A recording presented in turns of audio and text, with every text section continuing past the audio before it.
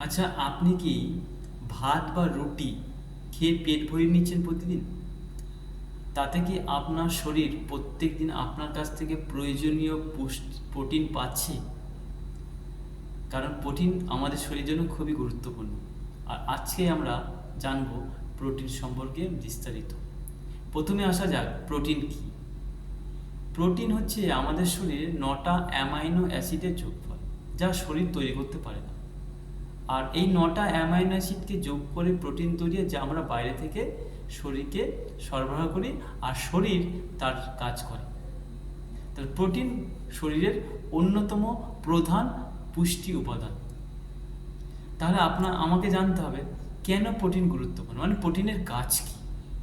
Protein প্রথম যে কাজটা করে, আমার শরীরে টিস্যু মেরামত করে, টিস্যুকে মেরামত করে, আমার মাসেল মানে পেশি গঠন করে এবং রক্ষণাবেক্ষণ করে, আমার শরীরের খিদেকে নিয়ন্ত্রণ করে, হাঙ্গার কন্ট্রোল করে, অর্থাৎ পেট ভরাতে সাহায্য করে। প্রোটিন আমার শরীরের বডি বিল্ডিংয়ের কাজ করে। প্রোটিন আমাদের দৈনন্দিন জীবনে কাজ করার যে শক্তিটা পায় প্রোটিন, সেই শক্তি সরবরাহ করতে কাজ করে। এরকম অনেক কাজ আছে যা আমার শরীরে প্রোটিন আমাদেরকে সাহায্য করে, অর্থাৎ মাথার চুল থেকে পায়ের নখ পর্যন্ত বডি গঠনে প্রোটিনের ভূমিকা অপরিসীম। তাহলে আপনাকে জানতে হবে প্রোটিন আমার কতটা প্রয়োজন। সাধারণ হিসেবে প্রোটিন ওজন অনুপাতে নিতে হয়। 1 কেজি ওজনের জন্য 1 গ্রাম। তাহলে আপনার যদি 50 কেজি ওজন হয়, তাহলে আপনাকে প্রত্যেক দিন 50 গ্রাম প্রোটিন আপনাকে দিতে হবে। এবার কখন দেবেন, কিভাবে দেবেন? প্রোটিন আমরা প্রত্যেকটা খাবারের সময়, আপনি সকাল থেকে রাত পর্যন্ত প্রতিটা খাবারের সময়ে আপনাকে খাবারের মধ্যে অবশ্যই প্রোটিন থাকবে। প্রোটিন লেস খাবার আপনার শরীরে সঠিক নয়। তাহলে আপনি যদি 5 বার খান, তাহলে 5 বার খাবারে আপনার টেবিলে প্রোটিন থাকবে। সাধারণত আমরা প্রোটিনকে 3 ভাগে ভাগ করাটা খুব গুরুত্বপূর্ণ: ব্রেকফাস্ট, লাঞ্চ এবং ডিনার। তাহলে আপনার মোট প্রোটিনকে 3 ভাগে ভাগ করে নিন, যা হবে তা 3টে পার্টে আপনাকে দিতে হবে। তাহলে আপনি সঠিকভাবে প্রোটিন শরীরে সরবরাহ করবেন। এবার প্রোটিন অ্যাকচুয়ালি স্কোর 1 প্রোটিন দরকার, কারণ শরীর সব ধরনের প্রোটিন নেয় না। প্রোটিনের মধ্যে ভাগ আছে কমপ্লিট প্রোটিন, ইনকমপ্লিট প্রোটিন। আবার প্রোটিনের মধ্যে ভাগ আছে স্লো ডাইজেস্টিভ প্রোটিন আর ফাস্ট ডাইজেস্টিভ প্রোটিন। এটা ইম্পর্টেন্ট। সে কারণে প্রোটিনকে আপনাকে প্রতিনিয়ত আপনাকে গুরুত্ব দিতে হবে, কারণ প্রোটিনই আমাদের অন্যতম পুষ্টি উপাদান। এবার আমাদের বেশিরভাগ গুরুত্বপূর্ণ একটা বিষয় এখানে বলে রাখা দরকার: প্রোটিন সবার কিন্তু সমান লাগে না। প্রোটিনকে কিভাবে নিতে হবে, আপনার ওজন, আপনার সারাদিনের কার্যাবলী, আপনার বর্তমান শরীরের পরিস্থিতি, এইগুলোর বিচার করে আপনাকে কিন্তু আপনার প্রোটিনকে মেজারমেন্ট করতে হবে, পরিমাপ করতে হবে। তাহলে আপনাকে সঠিক প্রোটিন মেজারমেন্ট নেওয়াটা খুব গুরুত্বপূর্ণ। প্রোটিন তো নিই, প্রোটিন তাহলে ঘাটতি হতে পারে। এবার চ্যালেঞ্জ কোথায়?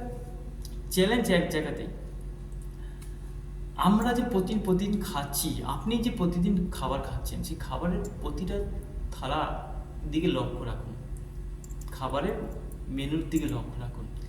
আপনি কি প্রত্যেক দিন আপনার ওই খাবার থেকে প্রোটিন সরবরাহ হচ্ছে শরীরের জন্য? যদি না হয়, তাহলে আজকেই আপনাকে ভাবতে হবে যে আমার শরীরের সমস্ত কার্যাবলী সঠিকভাবে করতে গেলে আমাকে প্রোটিন সরবরাহ সঠিকভাবে করতে হবে। তাহলে আজকেই ভাবুন, দেখুন আগে আপনার খাবারের থালাটি, তাহলে আপনি নিজেকে ভাবতে পারবেন, শরীরের যত্ন নিতে অনেক কিছু জানতে চেষ্টা করবেন। এতে আপনার শরীরের পক্ষে খুবই মঙ্গলদায়ক হবে।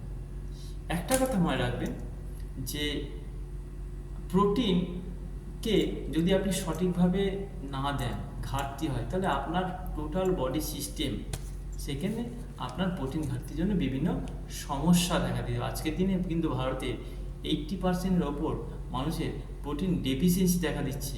তার একটাই কারণ যে সঠিকভাবে প্রোটিন না নেওয়া। কমপ্লিট ইনকমপ্লিট প্রোটিন আমাদের শরীরে যায়, আমরা জানি না কমপ্লিট প্রোটিন কোনটা, ইনকমপ্লিট প্রোটিন কোনটা। শুধু একটাই কথা, পেট ভরানো থাকা মানে সুস্থতা নয়। আপনার খাবার থেকে আপনার শরীর কতটা পুষ্টি পাচ্ছে সেটা আপনার মূল বিষয়। তাহলে আপনাকে শরীরকে পুষ্টি সরবরাহের উপর লক্ষ্য রাখতে হবে, পেট ভরানোর দিকে নয়। আমার এই ভিডিও যদি পরামর্শ আপনাদের খুব ভালো লাগে তাহলে লাইক করবেন এবং অন্যের উদ্দেশ্যে শেয়ার করবেন।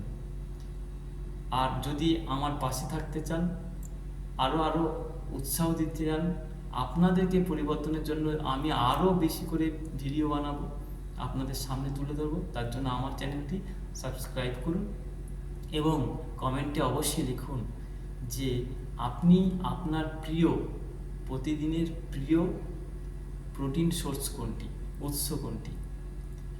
আমরা আপনার ওই প্রোটিনটি কমপ্লিট প্রোটিন না ইনকমপ্লিট প্রোটিন, এটা আমি আপনাকে অবশ্যই কমেন্ট করে জানাবো।